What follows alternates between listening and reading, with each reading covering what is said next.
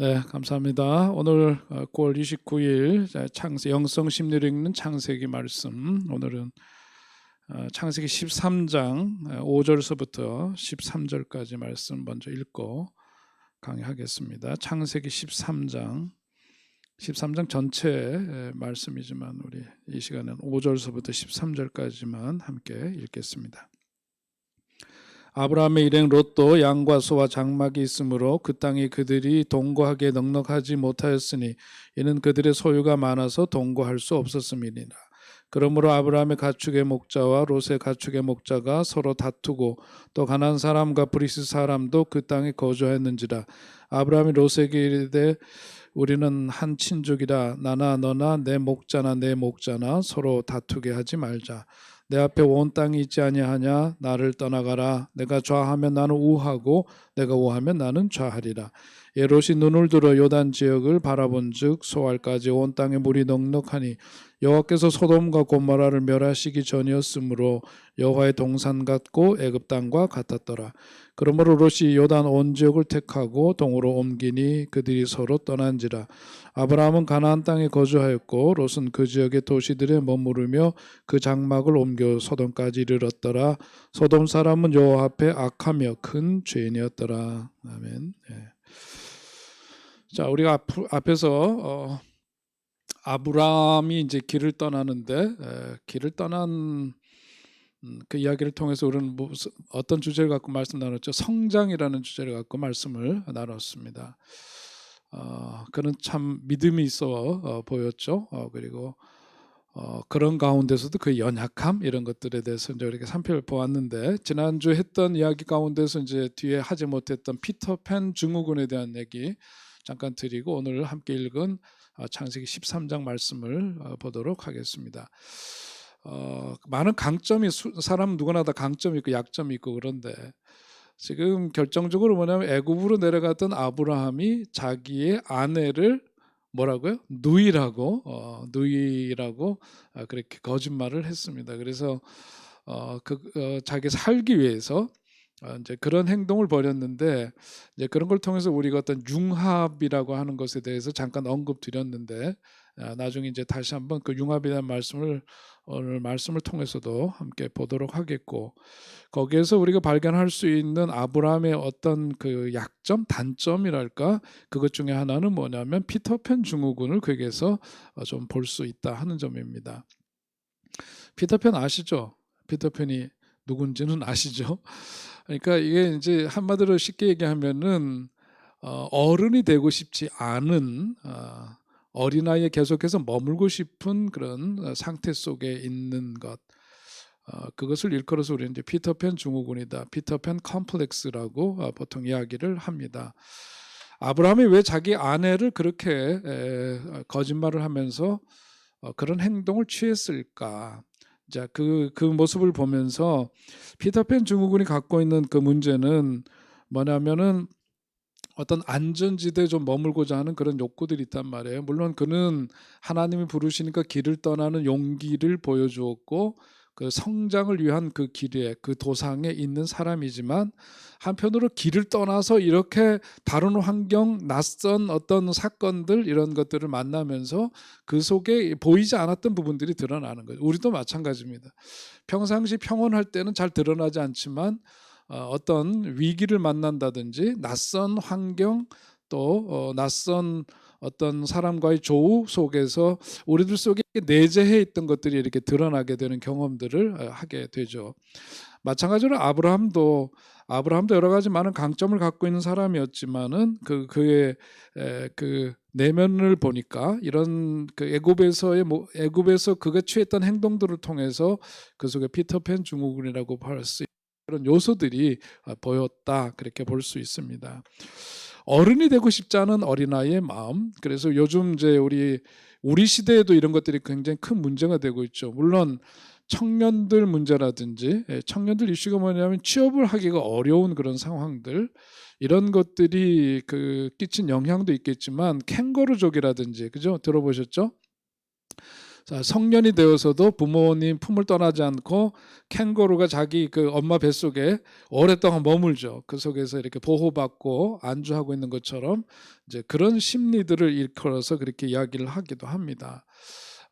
부메랑 키트라고 하는 표현도 하고 프리터라고 하는 표현도 하고 자라족이다 뭐 이런 표현도 하기도 하는데, 이런 모든 것들이 다 어쩌면 이제 피터팬 증후군에 해당되는 이제 그런 모습들, 그것을 일컫는 표현들이죠.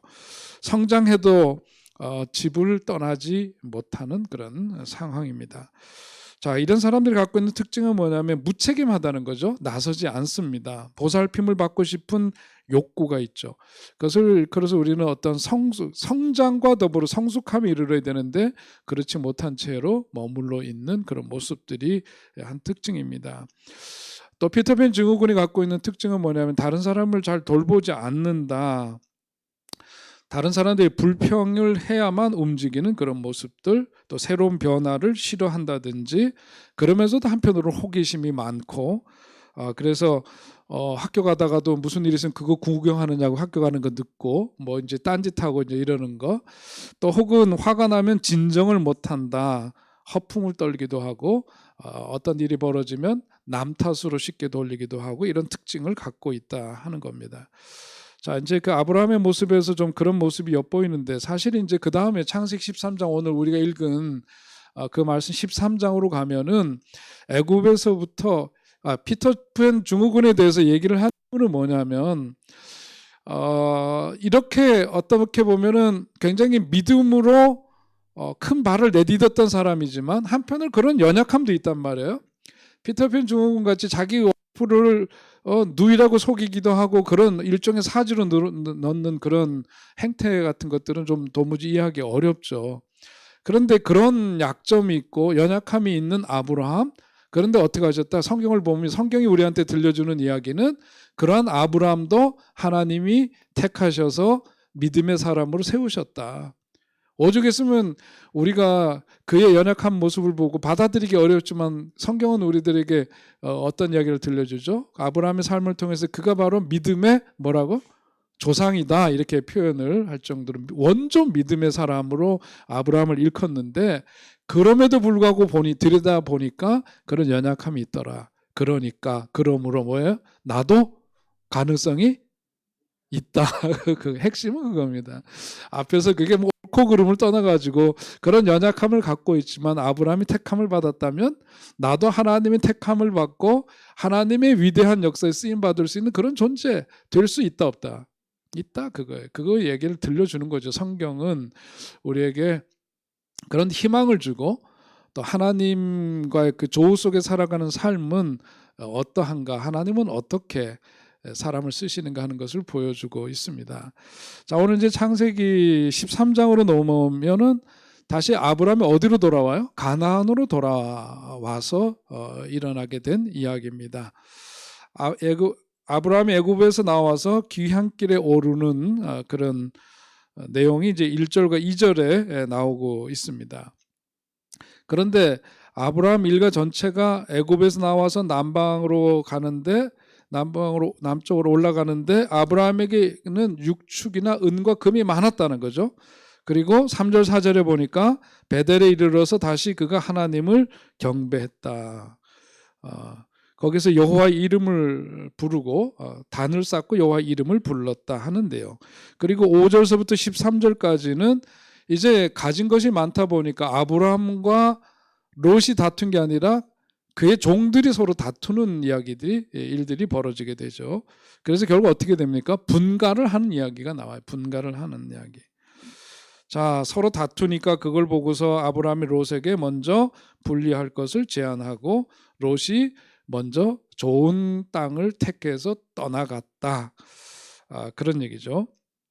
그런데 그가 택했던 땅은 소돔 땅이었고, 그 소돔은 악하여 여호와 앞에 큰 죄인이었다. 그런 이야기가 나오고 있습니다. 그리고 이제 오늘 읽지 않은 그 뒷부분에 14절서부터 18절에 보면은 하나님께서 롯이 분가를 해서 떠난 이후에 그를 찾아오셔서 다시금 언약을 재확인하는 이야기, 그 이야기가 오늘 이제 창세기 13장에 나오는 이야기입니다. 자, 여기서 이제 중요한 이슈들을 한번 좀 찾아보면은요. 중요한 건 갈등이라고 하는 이슈를 찾을 수가 있을 거예요. 롯의 그 종들과 아브라함의 종들이 서로 뭐냐면은 그 양떼들을 가지고 가축을 기르고 있는데 자기네들이 살고 있는 그 땅은 제한돼 있으니까 거기에서 먹일 수 있는 풀도 제한돼 있고 그러니까 목초가 제한돼 있다 보니까 서로 그런 속에서 갈등이 생겼다 하는 거죠. 괴테가 이야기한 대로 괴테가 뭐라 하냐면 태초에 갈등이 있었다 이런 말을 했습니다. 그러니까 사람이 사는 곳에는 언제나 뭐가 있다? 갈등이 존재한다. 그렇게 볼 수가 있는 거죠.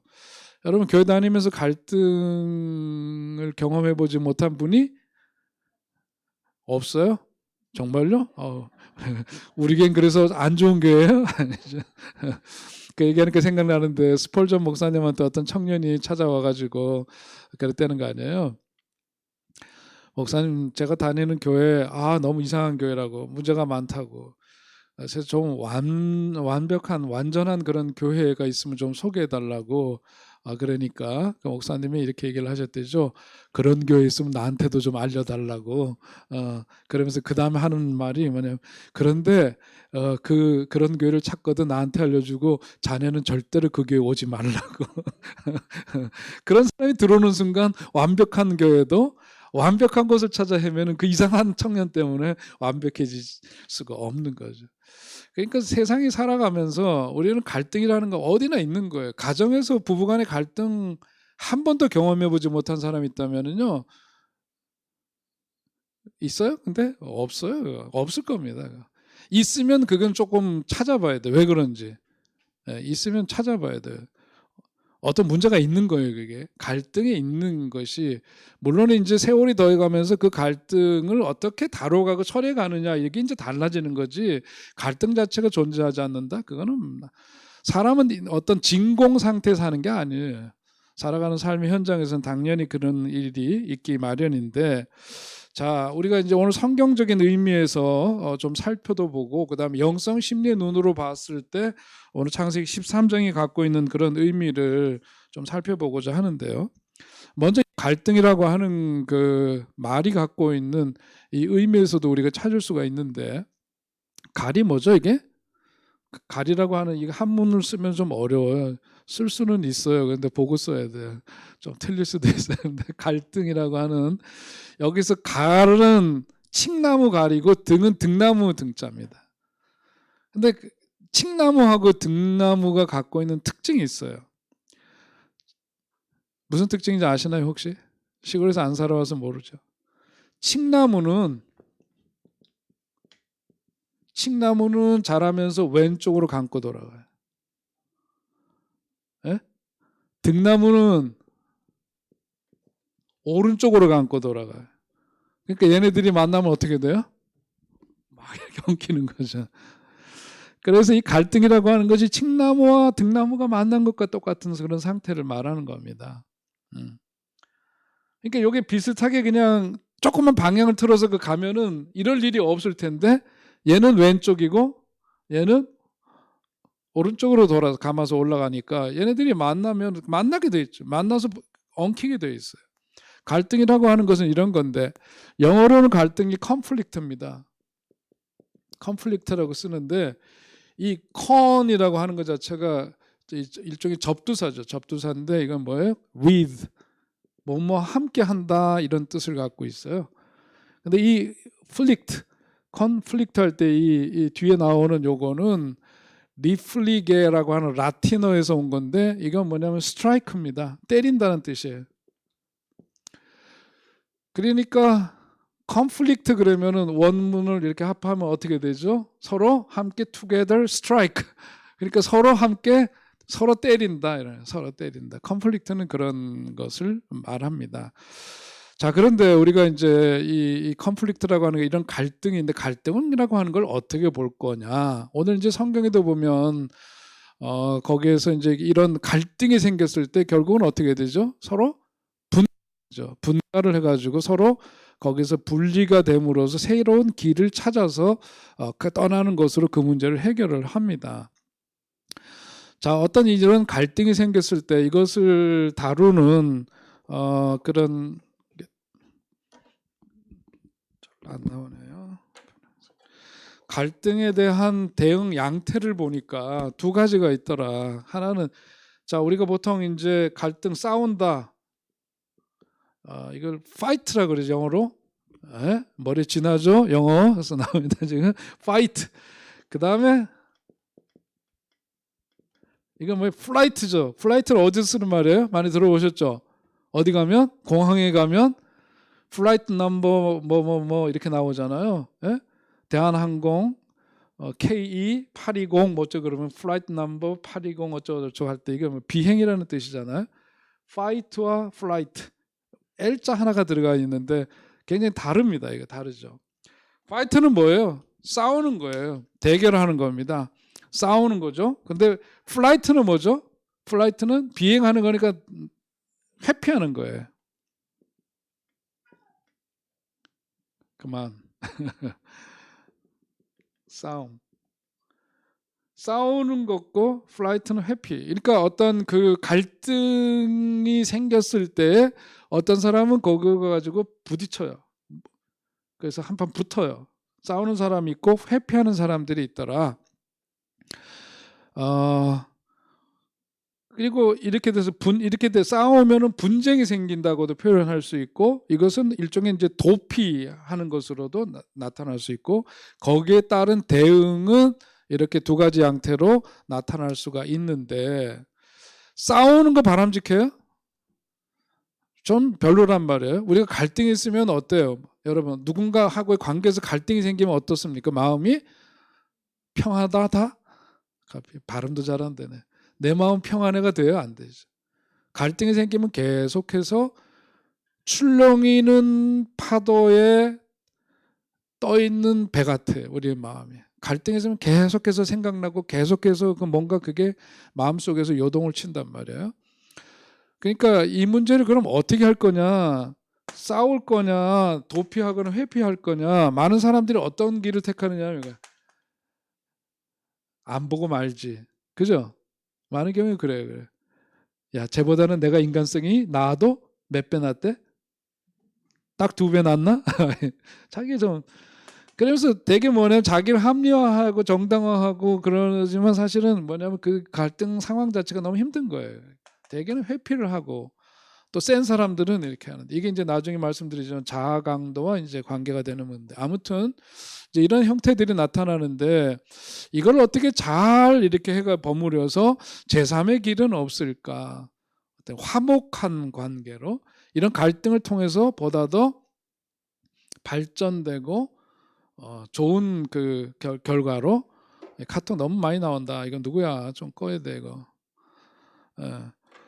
자, 그래서 예를 들자면 이런 거예요. 뜨거운 여름날 이제 아버지는 더우니까 문을 열어두라 그러는데 아들 놈은 뭐냐면은 이게 자기는 모기 때문에 안 된다는 거예요. 문 열어놓으면 모기 때문에 안 된다고 펄펄 뛰어. 그러면 그게 일종의 뭐가 생기는 거죠? 여기 생기는 거죠. 갈등이 생겨요. 그럼 어떻게 해야 돼? 베개 들고 옆방으로 간다? 이렇게 하면 이제 갈등이라고 하는 건 그 속에서 어떤 문제를 풀어야 돼. 그럼 어떻게 해야 돼? 문을 열라고 하는 사람, 문을 닫아야 된다고 하는 사람. 거기서 문제는 뭐죠? 거기서 문제는 뭐예요? 다른 게 아니라 모기가 문제였어. 모기가. 그치? 그래 안 그래요? 해주세요. 모기가 문제니까 이 프로블럼, 이 문제를 처리하는 거에 집중을 해야 돼. 뭘 하면 될까? 문도 열어놓고 모기도 피하려면 뭐 하면 돼요? 모기장 치면 되는 거지. 예를 들면 솔루션을 그렇게 만들어야 되는 거죠. 그런 거를 이제 우리가 배워가야 되고 그렇게 해결해 나가야 된다. 신혼부부 때 보면은 서로 저는 이제 결혼 초기에 됐던 게 뭐냐면 우리 사람 뭐 물건을 뭐 이렇게 사지는 않는데 시간이 되거나 여유가 있어서 백화점에 가서 아이 쇼핑하는 거 좋아해요. 아이 쇼핑 하는데 몇 번 따라가 보니까 이거는 정말 하기가 너무너무 힘든 일이에요. 의지를 가지고 따라다니지만 몇 분 안 가가지고서는 이거 뭐 하는 거야? 이제 이런 막 생각이 나면서 속에서 부글부글 끓어오르고 막 이제 이런 게 올라온단 말이야. 그런데 어떻게 해요? 감히? 그러니까 그걸 참고 있자니까 내 속도 편하지 않고 그럼 얼굴 표정이 어떻게 썩은 무 씹은 표정 같은 거죠. 그러니까 이게 안 좋은 거예요. 그러면 서로 그러니까 불편한 감정이 자꾸 생기잖아요. 몇 번 해보니까 이건 아닌 것 같아. 그럼 어떻게 솔루션을 나왔어? 제가 그때 미국에서 와가지고 그 안양에서 살았는데 안양에 본백화점이 있었고 본백화점 옆에 뭐가 있었냐면 대종서점이 있어요. 대종서점. 그 여보 그럼 쇼핑 30분 하고 30분 후에 여기서 만나. 그리고선 가는 거예요. 그럼 나는 어디가 있어? 대동서적에 가 있어. 그럼 거기서는 시간이 30분이 아니라 1시간이 가도 시간 가는 줄을 몰라요. 그러니까 이 사람은 이 사람대로 자기 보고 그렇게 하니까 그러면은 서로 상함이 없지. 감정이 상할 리가 없고 그러는데 그것도 몇 번 해보니까 그것도 그렇더라고. 하는데 같이 좀 따라가지고 뭐 이런 게 이제 필요하고 그러죠. 신혼부부가 어떤 신랑은 뭐냐면 운동을 너무 좋아해요. 신부는 뭐냐면 영화 보는 걸 너무 좋아해요. 그래 주말이 돼가지고 일주일 내내 바쁘게 살다가 주말이 돼서 남편은 운동도 하고 바깥에서 공기 신선한 공기 맞으면서 운동하고 싶은데 와이프는 관심이 다른 데 있단 말이에요. 그러니까 서로 토독토독 싸운다고. 그 솔루션 어떻게 될 것 같아요, 송 권사님은? 어떻게 해야 돼? 누가 이기나 한번 해보자. 집에서 배운 게 뭐냐면 신정이가 하신 얘기가 있어. 야 초반에 꺾이면 일생이 꺾인다. 그러니까 신혼 초에 확실하게 잡아야 된다. 뒤에 다 사주를 받고 있잖아요. 또 시어머니가 또 아들한테 얘기하잖아. 야, 초장에 잡아야지. 너 그렇지 않으면은 끌려서 너 기도 못 펴고 산다. 이런. 다른 거 없지 뭐. 이번 주에는 영화 보고 다음 주에는 운동 가고 서로 이제 그런 부분에서 협의가 필요하고 솔루션을 내오고 그래야 됩니다. 물과 불은 서로 상극이잖아요. 물과 불은 서로 상극이지만 물과 불 사이에 뭐가 있느냐? 가마솥이 있으면 되는 거예요. 그죠? 그래요? 안 그래요? 이해가 안 되시나요? 예? 물이 있고 불이 있지만 거기에 가마솥에 물이 담겨 있으면은 불이 달궈지면서 물은 끓고 그래서 그 물을 가지고 불과 물이 가마솥 때문에 거기다가 옥수수도 쪄먹고 감자도 쪄먹고 얼마나 좋아요. 그런 게 나타나게 되니까 이 갈등이라고 하는 부분에 대해서 우리가 잘 생각해 볼 필요가 있다. 그러니까 여러분 그 지금 나눠준 교재 보니까 사람 인자 5개 있죠. 그죠? 예? 사람 인자 한번 읽어보실래요? 시작. 인 이렇게 읽어요. 어떻게 읽을 거예요? 사람이 다 사람이냐? 사람이 사람다워야 사람이지. 그걸 이렇게 한문으로 쓰면 이렇게 되는 거예요. 인자가 5개. 뭘 그렇게 심각하게 끄덕이세요. 그냥.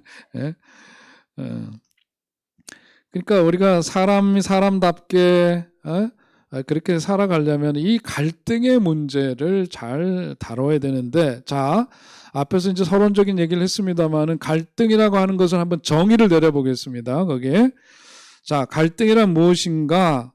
갈등이란 사람들 간의 생각과 입장이 뭐함으로? 다름으로, 그 다음에 인간관계에서 생기는 뭐라고요? 위기 상황이다. 요 3가지 다르다는 것, 인간관계, 위기 상황, 요걸 가지고 이제 갈등이라고 하는 것에 대해서 얘기를 좀 해보면, 자 우리가 살아가면서 여기에 다름이라 그런 사람들 간의 생각과 입장이 다르다. 다르다는 것은 틀리다는 것과는 다르단 말이에요. 그죠? 우리가 어떤 인종차별 또 어떤 그 요즘 이제 성차별 이런 부분도 서로 다른 겁니다. 다른 거예요. 그죠?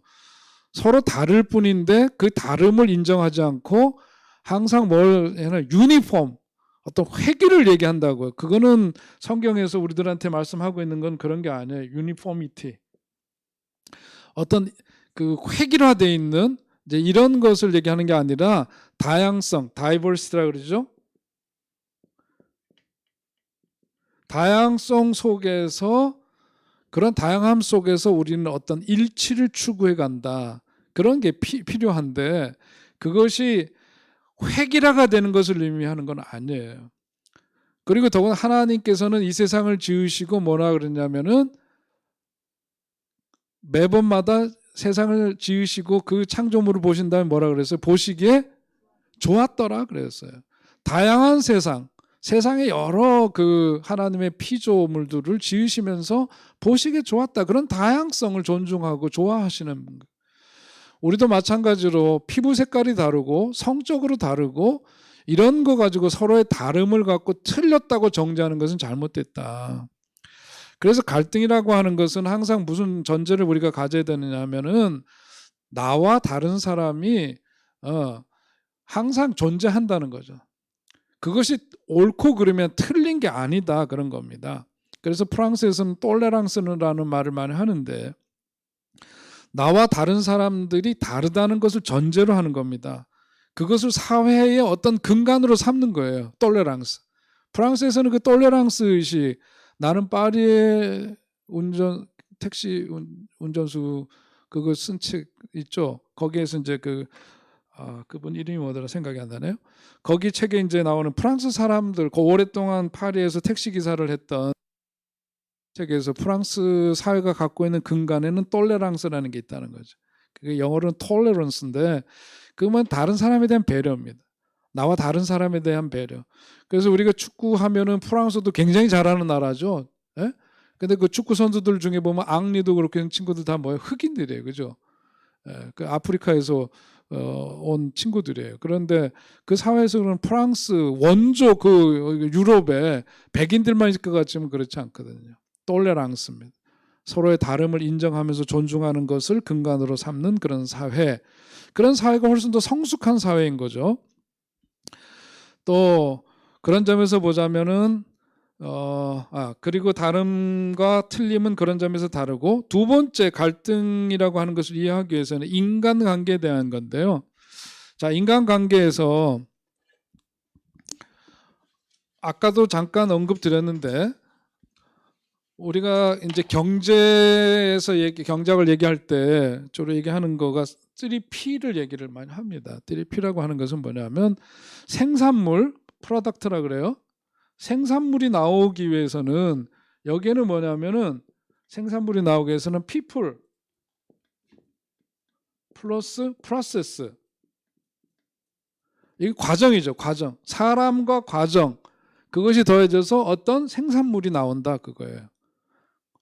마찬가지로 오늘 우리들이 어떤 인간관계에서 갈등이 생기는 문제를 보는데 거기에 중요한 세 가지가 있다. 갈등의 세 가지 요소는 뭐냐면은 여기서 얘기했던 대로 사람이 있고 프로세스가 있고 그런데 또 뭐가 있느냐? 프로블럼이 뭐죠? 문제가 있다. 아까 얘기했어요. 모기장 얘기했죠. 모기장 얘기한 것처럼 사람 갈등의 요소에는 뭐냐면 사람과 사람의 관계 속에서 생기는 문제인데 거기에 따라서 어떤 생기는 프로블럼이 있는데 이거를 처리해내려면 뭐가 필요해? 프로세스가 필요하다. 우리가 교회에서 어떤 사역을 할 때에도 보면 어떤 문제가 있어요. 그러면 사람과 사람이 서로 그 문제 때문에 갈등을 겪고 그래요. 예를 들어서 주방에 뭔가를 치워야 되고 뭐 그러는데 보니까 이게 잘 안 되는 거야. 그래서 뭐냐면 그때 누가 했니? 그 사람이 문제야. 그리고서 사람과 사람이 서로 갈등을 일으키는데 그걸 보니까 우리가 굳이 그럴 필요 없이 우리가 이것을 청소하는 문제를 하기 위해서는 이런 원칙을 세워보자. 그래서 언제서부터 언제까지는 누가 담당을 하고 어떻게 하고 이렇게 해서 뭘 만들어? 이런 과정을 만드는 거죠. 그래서 이 과정을 통해서 사실은 뭐냐면 사람과 사람이 갈등하기보다는 그 문제를 어떻게 해결해 내면 되는 거예요. 이런 게 필요하다. 그러니까 갈등이라고 하는 것을 그냥 우리가 갈등이 없이 살면은 문제가 드러나지 않아요. 그런데 이따가 이제 영성심리 눈으로 보는 부분에서는 어떻게 보느냐를 얘기할 때 다시 말씀드리겠지만 갈등이라고 하는 것은 우리들에게 있어서는 그냥 없으면 좋을 그 무언가가 아니라 갈등은 오히려 우리 자신의 삶의 에너지를 만들어내고 우리 삶을 발전시키는 요인이 된다. 그래서 뒤에 지금 이제 세 번째로 얘기하는 게 뭐죠? 위기 상황이라고 표현을 했는데 사람들 간의 생각과 입장이 다름으로 인간관계에서 생기는 위기 상황, 이게 이제 갈등이다 이렇게 정의를 내렸는데 거기서 세 번째 위기 상황이라고 할 때의 위기라고 하는 거, 위기, 한문으로 위기라는 게 뭐라 그랬어요? 위가 위험하다 하는 뜻인데 기는 뭐예요? 기는 기회라는 기자입니다. 예? 이건 굉장히 danger한 건데, 예? danger한다. 그 위험하다. 그런데 이거는 하나의 기회, opportunity다. 여러분 그 교재에 있어요. 그래서 이 갈등이라고 하는 것은 바로 이 정의를 내리면서 그것만 가지고도 이 갈등을 어떻게 볼 거냐 우리가 이해할 수가 있습니다. 웨슬리의 어떤 신학적인 그런 개념으로 볼 때 이 갈등이라고 하는 것은 거꾸로 우리 삶의 어떤 은혜의 통로고 도구로 보기도 합니다. 금식을 통해서 진지한 대화를 통해서 홀리 컨퍼런스라고 하는 것은 어떤 거룩한 회집이죠. 이렇게 만남을 통해서 이런 부분들이 오히려 은혜의 통로가 되도록 하고 영적인 자기 성장의 어떤 좋은 계기로 만들게 됩니다. 여러분 그 몽돌 해수욕장 가본 적 있어요? 몽돌 해수욕장 거제도에 가서 저는 몽돌 해수욕장을 갔는데 저는 무심히 그 바다에 돌이 그 모래가 아니고 검은 돌들이 쫙 있더라고요. 참 특이하다. 저는 그걸 의식을 못했는데 우리 안 사람이 이 소리가 너무 좋지 않냐고 그래서 들어보니까 이게 무슨 소리? 돌 굴러가는 소리가 나는 거예요. 파도가 칠 때마다 거기 해변에 그 모래가 알이 아니고 돌들이 모래사장이 아닌 그 이제 돌해변이죠. 돌해변. 네, 돌해변인데 파도가 칠 때마다 그 돌들이 촤르 굴러갔다가 다시 물이 빠질 때 또 다시 촤르 이렇게 굴러가면서 내는 소리가 너무 참 아름답고 좋더라고요. 인상적이었어요. 그런데 거기 있는 돌들을 보니까 하나같이 다 동글동글해요. 몽돌. 몽돌이라는 게 아주 동글동글한 겁니다. 수도 없이 파도에 그 돌들이 계속해서 이렇게 밀려왔다 밀려가는 그런 과정을 통해서 처음부터 그러진 않았을 거예요. 여러 가지로 각지고 모난 그런 돌들이 서로 그 파도에 의해서 계속해서 부딪히고 또 부딪히다 보니까 동글동글한 예쁜 그런 돌로 변화가 된 것처럼 갈등이라고 하는 것은 오히려 그렇게 우리 삶을 성장케 하는 굉장히 중요한 요소가 될 수가 있다. 기회가 될 수 있다. 그렇게 보아야 되는 거죠. 저는 오늘 말씀 이렇게 준비하다 보니까 그 옛날에 그 양희은이 불렀나? 김민기도 부르고 그랬는데 작은 연못이라는 노래 알아요? 작은 연못 아세요? 작은 연못 알면 7080이고요. 그거 모르면은 그 이웃에 는 양희은의 노래 깊은 산 솔길 옆 작은 아시네 다네. 제가 그것도 굳이 찾아왔어요. 네. 깊은 산 오솔길 옆 자그마한 연못엔 지금은 더러운 물만 고이고 아무것도 살지 않지만 먼 옛날 이 연못엔 예쁜 붕어 2마리 살고 있었다고 전해지지요. 깊은 산 작은 연못 어느 맑은 여름 거기서부터 문제가 생기는 거예요. 어느 맑은 여름날 연못 속에 붕어 2마리 서로 싸워 한 마리는 물 위에 떠오르고 여린 살이 썩어 들어가 물도 따라 썩어 들어가 연못 속에선 아무것도 살 수 없게 되었죠. 깊은 산 오솔길 옆 자그마한 연못엔 지금은 더러운 물만 고이고 아무것도 살지 않죠. 참 비극적인 얘기죠. 그죠? 그 갈등이라고 하는 것은 결국은 우리를 그렇게 서로 살 수 없는 지대로 만들어 버리는데 그러니까 이걸 우리는 어떻게 다룰 건가? 오늘 이제 아브라함 이야기로 아까 이야기로 다시 잠깐 돌아가서 생각해 보면은 많은 경우에 우리가 어떤 관계 문제에서의 갈등이지만은 그 아브라함과 롯의 종들 사이에서 생겼던 문제는 결국 뭐죠? 핵심은 소유의 문제였어요. 그죠? 오늘 우리 사회의 많은 경우도 갈등의 요인을 보면은 소유의 문제입니다. 달리 하면 돈 문제죠. 돈 문제. 이것이 이제 그들 속에서 생겨나게 된 문제였습니다. 그런데 이 아브라함과 롯 같은 경우에 이렇게 이 속에서 이것을 주도적으로 분가를 선언하고 그래서 먼저 그 조카에게 떠나고 택할 수 있는 선택의 우선권을 부여하고 그렇게 해서 헤어지고 난 다음 하나님께서는 그 헛헛한 마음을 아시고 찾아오셔서 다시금 창세기 12장에서 약속하셨던 그런 언약을 재확증하는 이야기 이렇게 전개가 됩니다.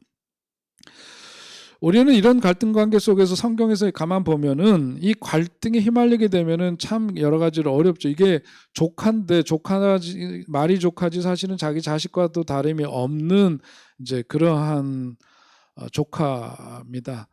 근데 서로 이렇게 해서 갈등이 생기니까 결국은 거기에서부터 서로 분리하지 않으면 안 되겠다 하는 이야기인데 오늘 성경을 가만히 읽다 보면은요.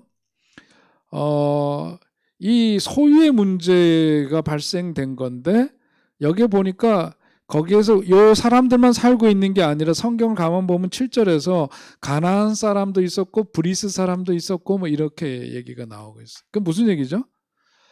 가만 보니까 우리는 누구냐면 하나님을 믿는 사람들인데 옆에서 지금 뭐냐면 이방 사람들이 보는 거예요. 오늘날로 보자면 불신자들이 저것들 어떻게 하나 보자 이렇게 보고 있다는 거죠. 자, 이거 어떻게 할 거냐?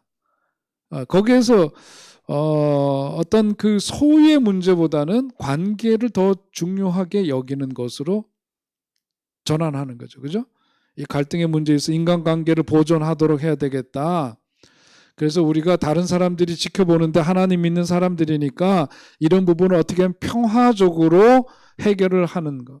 그래서 이거 우리가 지금 직면하고 있는 소유의 문제보다 더 큰 가치가 뭐냐? 그것을 그들은 아브라함은 보았다. 그렇게 볼 수가 있는 거죠. 그러니까 어떻게 하냐면 쟤는 떠나야 되는 게 맞겠다. 더 이상 여기서는 계속해서 이런 문제가 증폭될 수밖에 없으니까 떠나야만 되겠다. 그런 결정을 내리면서 현실적인 대안을 찾는 거죠. 그러니까 갈등 문제를 해결하는 데 있어서는 뭐냐면 아까 얘기했던 프로세스라고 하는 거는 이 과정이라고 하는 건 현실적인 대안을 만드는 거예요. 이게 현실적인 대안. 이 현실적인 대안이 뭐냐면은 떠나는 거죠. 떠나는데 그것을 내가 주도하면은 안 되니까 상대방에게 우선순위와 주도권을 넘겨줌으로써 평화적으로 이런 문제를 해결하려고 하는 일종의 솔루션, 해결책을 제시합니다. 현실적인 대안인 거죠. 이런 거는 결국은 뭐냐면 우리는 살다 보면은 제가 이번에 이영순 전사님 떠나면서도 그래서 전사님 수고 많이 하셨고 내려가서 어머니 잘 그렇게 모시고요. 근데 우리가 어떻게 될지 몰라요. 앞으로 언제 우리 안사님 옆에 있다가 내년 1월쯤에 다시 또 만나게 되는 거 아니야? 또 이렇게 얘기하는데 nobody knows. 모르는 일입니다. 여러분 미국에서 말이죠. 좀 지내봤잖아요. 제가 깜짝 놀란 게 뭐냐면요. 진짜 책에만 나오는 얘기가 아니라 몇 사람만 건너면은요. 다 관계가 돼요. 다 관계가 돼요. 그리고요. 거기 앉아 있는데 한국에서 이놈이 어떤 인간이었는지 금방 들어와요. 그러니까 잘하고 살아야 돼요. 네, 잘하고 살아야 돼요. 이 사람에 대한 평가, 그 사람이 그냥 두루뭉술한 얘기가 언제 어떤 일이 있었는데 그때 그 인간이 이렇게 했단다? 이 얘기가 돌아오는 거예요. 그러니까 우리가 살면서 잘하고 살아야 됩니다. 아브라함과 롯의 문제도 뭐냐면은 13장 이야기가 끝나고 14장으로 넘어가면 당장 무슨 일이 생기죠? 롯이 어려움에 처해요. 그래서 어떻게 됩니까? 아브라함이 자기 사람들을 끌고 가가지고서는 가가지고 싸움을 벌이잖아요. 결국은 롯이 이 아브라함한테는 참 좀 섭섭하게 했지만은 결국 아브라함이 가서 도와서 다시 살아납니다. 관계라는 건 그런 거예요. 그러니까 서로 잘하고 살아야 되고 현실적인 대안을 우리가 모색하면서 살아야 되는데 이런 점에서 이제 그것도 한 가지 더 한다면은 아브라함은 뭐냐면 이런 속에서 어떤 믿음으로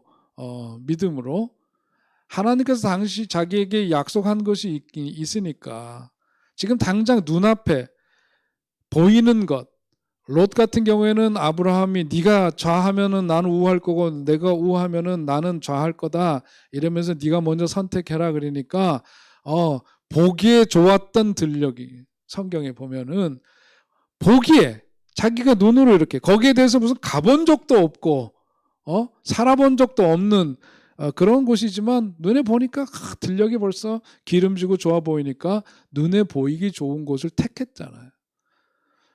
그런데 눈에 보이기 좋은 곳을 택했지만 우리가 잘 아는 대로 그 땅은 무슨 땅이냐? 소돔과 고모라 결국은 유황불로 심판받을 그런 땅이었다. 헤브론 산지는 그런 점에서는 지금도 거칠어요.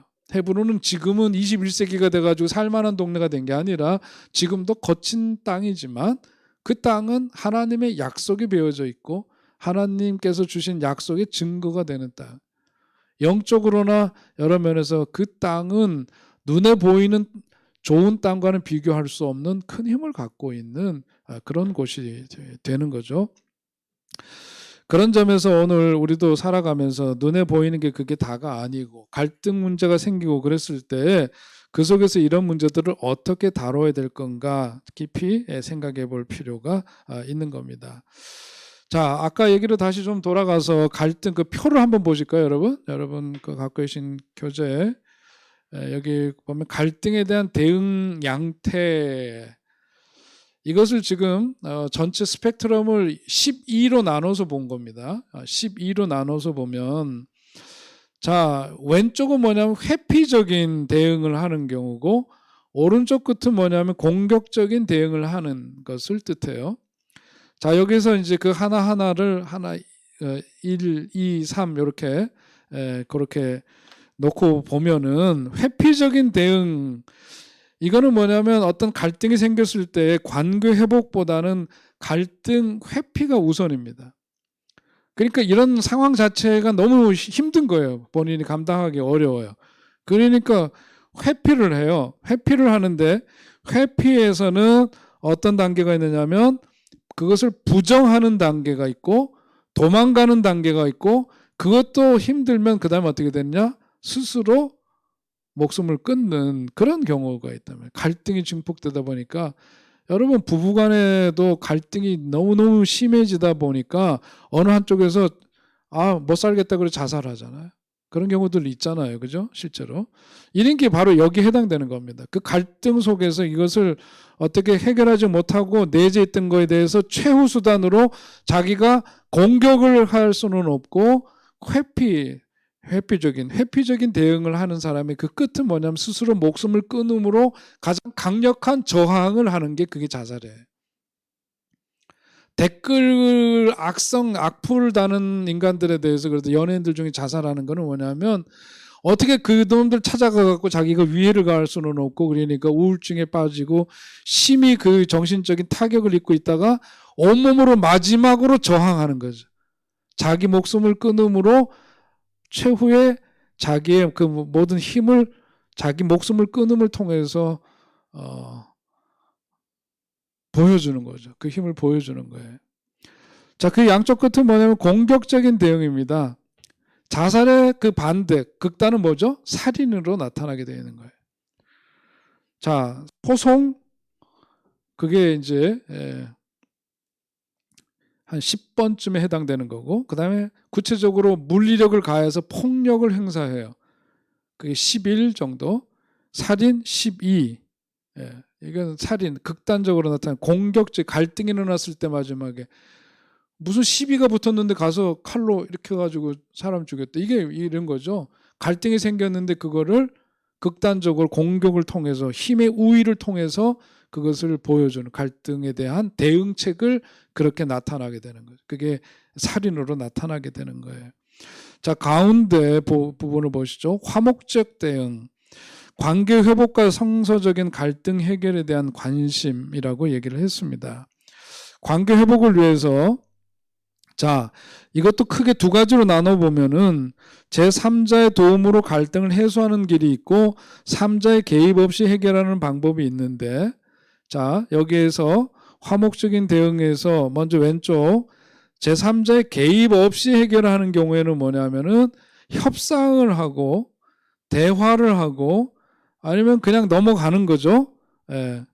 그냥 내가 어느 정도 그냥 이해하고 슬쩍 넘어가기, 이것이 3자의 개입 없이 해결하는 화목적 대응의 한 방법이에요. 자, 그 다음엔 조정이 있죠.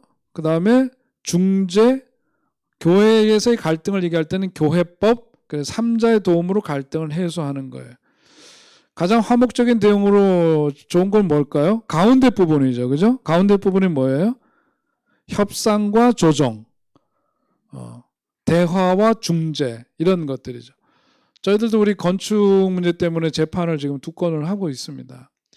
건축을 하면서 우리가 좀 손해보더라도 그냥 재판부에서 그냥 민사는 그냥 재판하는 게 아니고 재판하기 전에 중재를 하도록 먼저 권합니다. 그러면 재판부에서 정한 전문가가 나와서 중재를 하도록 해요. 우리 교회는 오케이, 중재 받아들인다. 그러면 어떻게 할 거냐? 이제 거기서 중재가 이루어지는 건데 저쪽은 안 하겠대요. 안 하면 누가 손해겠어? 본인 손해예요. 근데 중재를 할 때 그것을 하면은 원만하게 그냥 그 속에서 서로 조금씩 서로 좀 양보하고 한 걸음 물러서 가지고 이렇게 하면은 그게 평화롭죠. 평화롭게 문제를 해결하는 길이에요. 그래서 대화나 협상, 조정이나 중재, 이런 게 이제 건강한 방법입니다. 네, 법으로 벌써 갔다, 그냥 간다. 이것도 뭐냐면 마음속에 이미 뭐가 생기죠. 이게 앙금이 생깁니다. 이게 처리되기가 어려워요.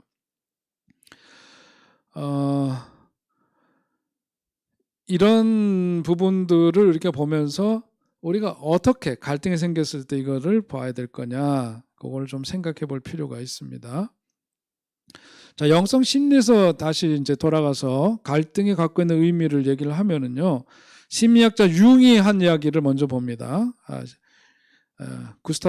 칼 융이 뭐라 그랬냐면, 갈등하는 여러 요소들이 조성되는 긴장이야말로 생명의 본질 자체다. 그분은 이렇게 얘기를 했습니다. 이게 무슨 얘기죠? 영성 심리의 눈으로 보면 이 갈등이라고 하는 것이 그 갈등으로 인해 갖고 조성되는 여러 가지 긴장 상태들이 있거든요. 그런데 이것이 생명의 본질 자체다. 왜냐하면 긴장이 있어야 뭐가 생겨요? 에너지가 생겨요. 그죠? 여러분, 막 긴장이 돼야만 에너지가 생기고, 그 긴장이 없으면 에너지도 없고 인격도 없다. 그냥 무생무치. 그 속에서 뭔가 생산적이고 발전적인 뭔가가 나오기가 어렵다는 거예요. 그렇기 때문에 영성 심리의 눈으로 보면은 이 갈등이라고 하는 것을 어떤 그냥 없어져야 될 그 무언가가 아니라, 그거를 통해서 오히려 생명의 에너지가, 또 그 사람의 어떤 성장과 발전을 위한 굉장히 좋은 디딤돌이 될 수 있다는 것으로 보아야 한다, 그런 얘기입니다. 자, 문제는 이제 이런 갈등으로 인해서 그 사람의 인격이 붕괴되느냐 아니면 지탱이 되느냐 하는 것이 문제인데, 이 갈등을 통해서 그 사람의 인격이 붕괴되거나 이런 것은 뭐냐면 신경증적인 거죠. 뉴로시스라고 얘기하는 신경증이라고 하는 정신병에 이르게 되고, 또 인격이 지탱이 되면은 창조적인 어떤 일에 그것이 오히려 원동력이 되는 결과를 초래합니다. 그래서 여기서 이 갈등을 다루는 데 있어서 중요한 것 가운데 하나가 뭐냐면은 자아 강도라고 하는 거죠. 전에 우리 강의 시간에 말씀 한번 드린 일이 있어요. 자아 강도. 그러니까 심리적인 힘이 강해야 된다. 심리적으로. 우리 그 마음의 근육을 키워야 된다, 그런 얘기 들었잖아요.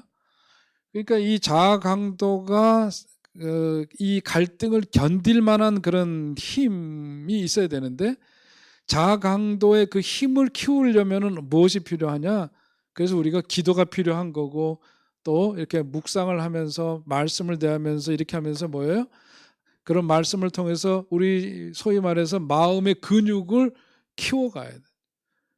그런 게 기도의 능력이라고 하는 것이 우리가 어떤 문제가 있는데 기도함으로써 그 문제 하나님 그냥 해결해 주세요. 나는 모르겠어요. 이게 아니라 기도를 통해서 그것을 직면하고 그것을 대면할 수 있는 마음의 힘을 하나님께서 부어 넣어 주시는 거죠.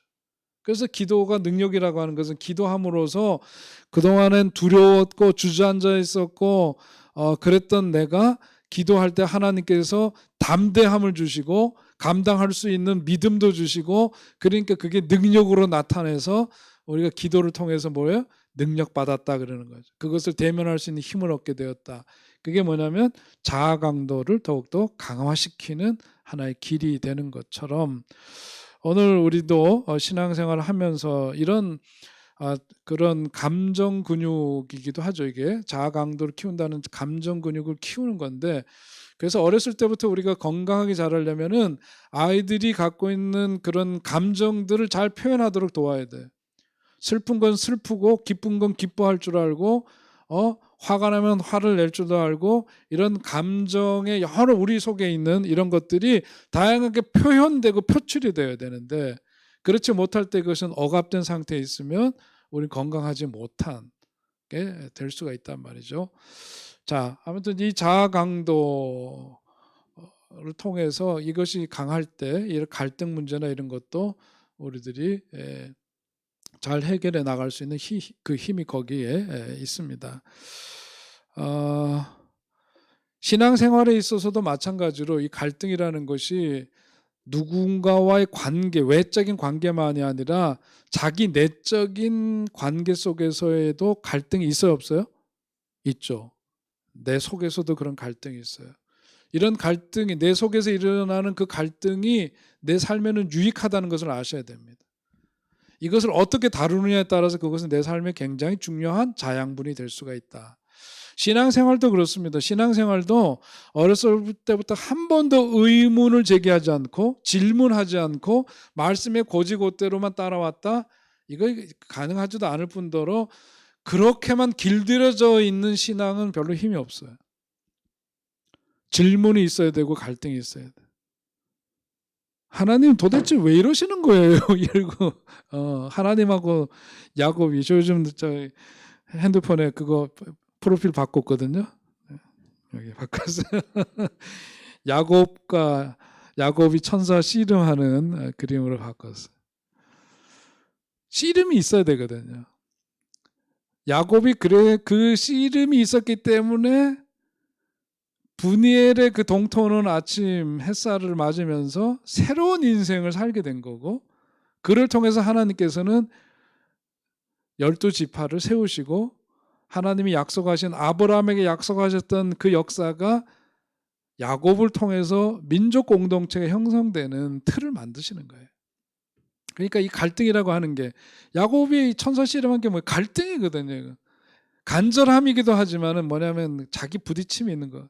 자기 과거의 삶이 이러한데 이걸 봐서는 도무지 나라는 인간이 어떻게 할 수가 없는 거예요.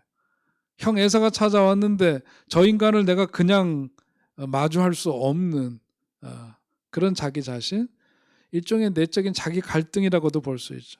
그 씨름을 한 거예요. 그리고 그 씨름을 통해서 그는 새 삶을 살게 된 거죠. 우리 내면 속에 있는 갈등이 저도 있고 여러분도 있습니다. 그런데 그런 갈등이 내 삶을 성장하게 하고 성숙하게 하는 참으로 귀한 자산이로구나, 자양분으로 삼아야 되겠구나 그런 생각을 가지면서 그런 문제를 좀 잘 다뤄가시기를 바랍니다. 융합에 대한 거 다음에 하면서 그 다음 넘어가. 오늘 여기까지 하겠습니다. 질문 없으시면 기도하겠습니다. 하나님 오늘도 저희들에게 좋은 만남 주심을 감사합니다. 인생 살면서 아브라함과 롯이 겪었던 그런 것 이상으로 우리의 삶에도 갈등을 경험하게 되는데 그런 갈등이 있을 때마다 오늘 주신 말씀 기억하게 하셔서 정말 지혜롭게 그런 문제를 바라볼 수 있도록 우리의 눈을 열어주시고 또 믿음의 눈으로 이런 것들을 조명하게 하시고 또 배운 바대로 이런 문제를 잘 다루어서 오히려 내 삶의 성장과 성숙을 위한 참으로 귀중한 자양분으로 삼을 수 있는 우리 되게 하여 주옵소서. 예수님의 이름으로 기도하옵나이다. 아멘. 수고하셨습니다.